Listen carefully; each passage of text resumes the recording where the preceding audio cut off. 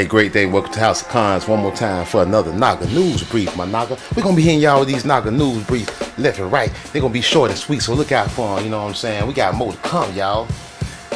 And the title of the news brief we're about to look at right now is Reparations Task Force Report for Delaware Slave History Delayed, my Naga.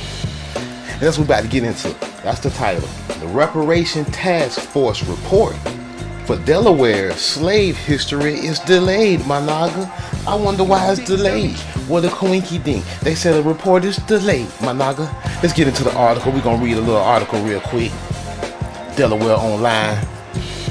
Let's let y'all see what we're reading from the Reparations Task Force reports. The Delaware slave history delayed. Delaware Online, my Naga. DelawareOnline.com. Let's get into it. A task force studying to make recommendations for slave reparations in Wilmington won't issue a preliminary report until next year. It was scheduled to come out in May.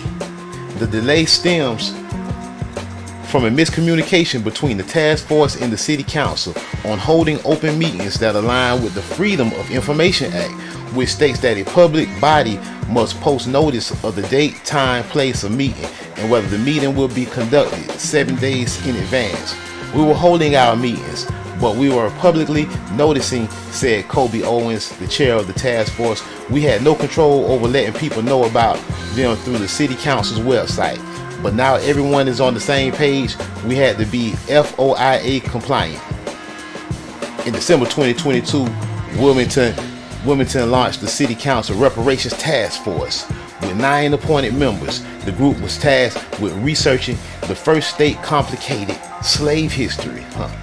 It said the group was tasked with researching the first state's complicated slave history. I wonder why. What a coinky dinky. They said it's complicated.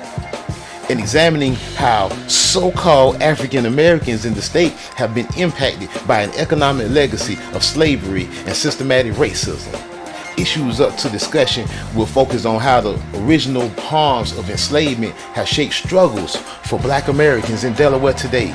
Those include over-policing, deed restriction language to discriminate against Black people and prevent them from owning property, forced busing to schools, and redlining, a practice of denying services like healthcare, insurance, or credit to communities of color, my Naga. The task force, which held its first public meeting last month, was expected to report the findings to the City Council by May 30th. Now, the committee plans to complete the work through the end of the year and issue a final report to the City Council by January 2024, according to Owens.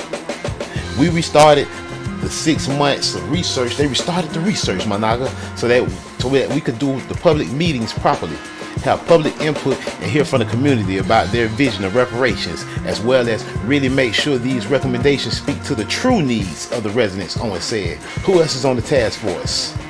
Shane Cannon, a social worker of the state of Delaware. Michael Casson, a dean of the College of Business at Delaware State University. Darrell Chambers, the executive director of Wilmington's Youth Empowered to Strive and Succeed program. Elisa Drew, a project manager at Social Construct LLC, a business impacting social issues in Wilmington. Jason James Jr., an associate professor and doctor of education at Newman University. Renata Kowalczyk, CEO of Wilmington Alliance, a nonprofit economic development organization, and Leandra Marshall, a global liaison for the Global Institution of Equity, Inclusion, and Civil Rights in the Global Societies program at Delaware State University. Owens, a community coordinator and organizer for the Delaware NAACP, said the task force is planning to meet every other Monday over the next several months. The next meeting, taking place on August 14th, will center on the economic disparities that have plagued Wilmington, followed by a discussion about health on August 28th. Contact local reporter Cameron Goodnight at cgoodnight@delawareonline.com or by calling or texting 302-324-2208. Follow him on Twitter at CamGoodnight. And you can follow me right here on YouTube at House of Cons, my Naga. And I'm Blackjack. And we just hitting y'all up with another Naga news brief. You know, they're talking about they need to do more research about reparations, my Naga. I guess they do. About the slave history. They say the Reparations Task Force report was delayed in Delaware, my Naga. I wonder why. What a coincidence. I guess they don't know everything about slavery, my Naga. I guess they don't know everything about the Nagas, right? I guess they don't know.